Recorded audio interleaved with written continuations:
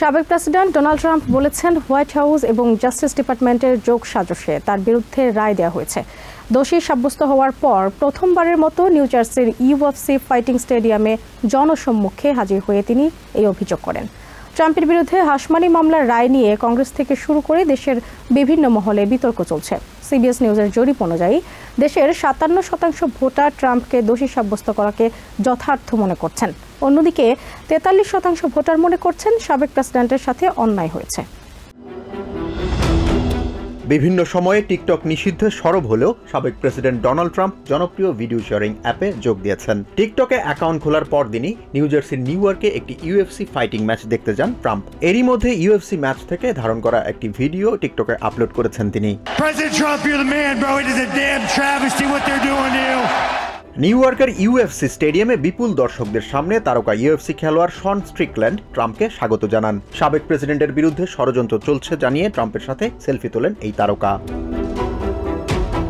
হাসমানি মামলায় দোষী সাব্যস্ত হওয়ার পর এই প্রথম জনসম্মুখে হাজির হয়ে ট্রাম্প বিচার প্রক্রিয়া নিয়ে সমালোচনা করেন। ইউএফসি স্টেডিয়ামের দর্শকদের উদ্দেশ্যে তিনি বলেন, হোয়াইট হাউস এবং জাস্টিস ডিপার্টমেন্টের যোগসাজশে তাকে দোষী সাব্যস্ত করা হয়েছে।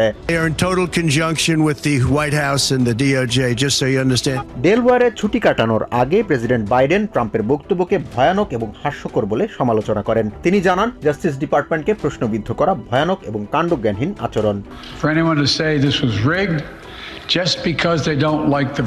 ট্রাম্পের বিরুদ্ধে হাসমানি মামলার রায়কে কেন্দ্র করে কংগ্রেস থেকে শুরু করে দেশের বিভিন্ন প্রান্তে পক্ষ বিপক্ষের বিতর্ক তৈরি হয়েছে। এদিকে ব্যাটল গ্রাউন্ড হিসেবে পরিচিত সুইং স্টেটগুলোর ভোটাররাও জুরির রায় নিয়ে মিশ্র প্রতিক্রিয়া জানিয়েছেন।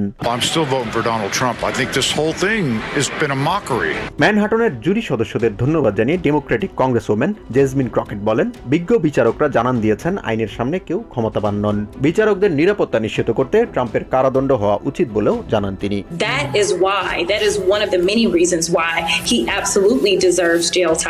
এদিকে সিবিএস নিউজের জরিপ অনুযায়ী দেশের ৫৭% ভোটার ট্রাম্পের বিরুদ্ধে রায়কে যথার্থ মনে করছেন। অপরদিকে ৪৩% ভোটার মনে করছেন সাবেক প্রেসিডেন্টের সাথে অন্যায় হয়েছে। অভিযুক্ত হওয়ার পরও ট্রাম্পকে দেশের ভবিষ্যৎ প্রেসিডেন্ট হিসেবে মেনে নিতে চান ৪০% ভোটার। অন্যদিকে ৫১% মনে করেন কোনো অপরাধী দেশের প্রেসিডেন্ট হতে পারবেন না। এই পরিস্থিতিতে ট্রাম্পের বিরুদ্ধে হওয়া রায় পাল্টে দেওয়ার কোনো সুযোগ নেই বলে মনে করছেন রাজনৈতিক বিশ্লেষকরা। For November and the road ahead for Trump on appeal doesn't look too good either. As for timing, Jahan Mithun, TVN 24 news desk. New York থেকে সম্প্রচারিত TVN 24 টেলিভিশন বিশ্বজুড়ে বাঙালির কণ্ঠস্বর।